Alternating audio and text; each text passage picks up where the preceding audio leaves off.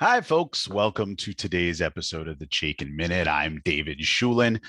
In today's Chaikin Minute video, we are going to discuss one of the other views here in the workspace.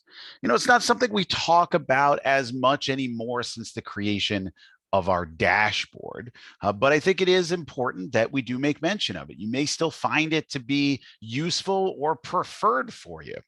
In the workspace here, we generally look at our big blue chart, but you may notice that there are a few icons in the top right corner. The watch list view is the view that we default to and the one we look at all the time here, right? We get to see our lists on the left side. We get to see the stocks that are in the list there and then the big charts. It's called the watch list view. But what is the next icon? What does this do? This is your panel view.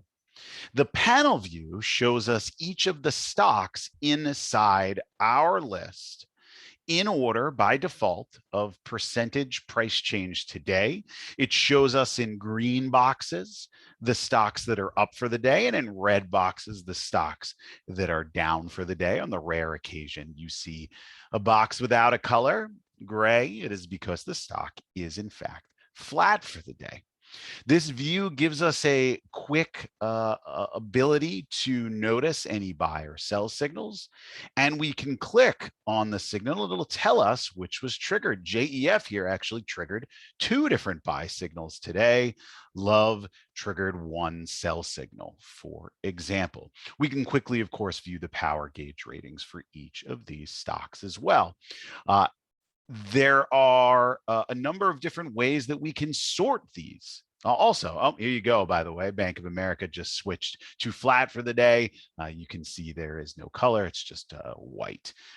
So it is not up or down. Remember, our prices do update every 80 seconds or so. We don't get every tick, but they're not delayed quotes either.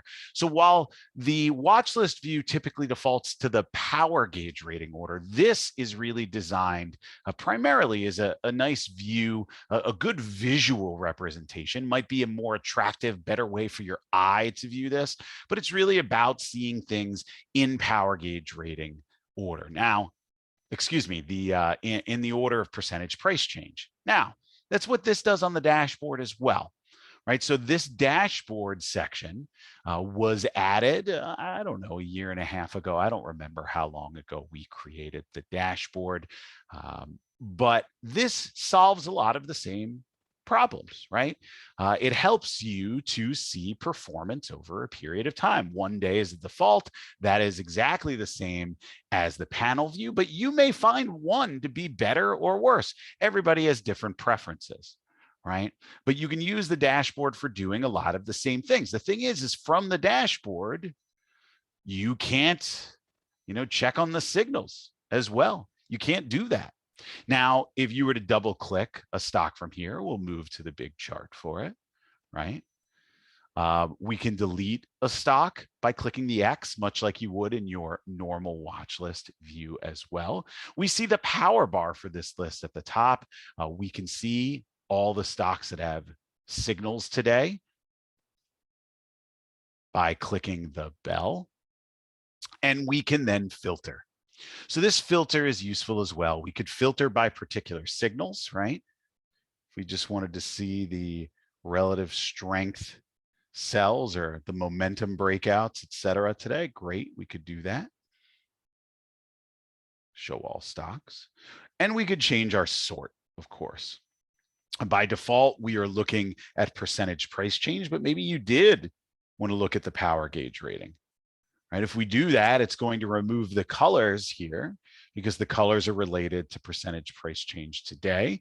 We could do it alphabetical, upcoming earnings reports, right? But again, percentage price change is the default. Our worst performers for the day are down here at the bottom. You may find the panel view to be a useful way to view the stocks in your portfolio. Perhaps you prefer to continue to always use the watch list, or maybe you find the dashboard to be very beneficial. But take a look at the panel view and see if it's something that you might find useful to keep a quick view of how your stocks are doing. And by the way, one of my favorite ways to use this is to get a better idea of what's going on in the market in the different sectors today, right? In the different sectors. You go, here's all the different S&P sectors and their performance at this time today. We hope you've enjoyed today's Chaikin Minute. We'll see you tomorrow.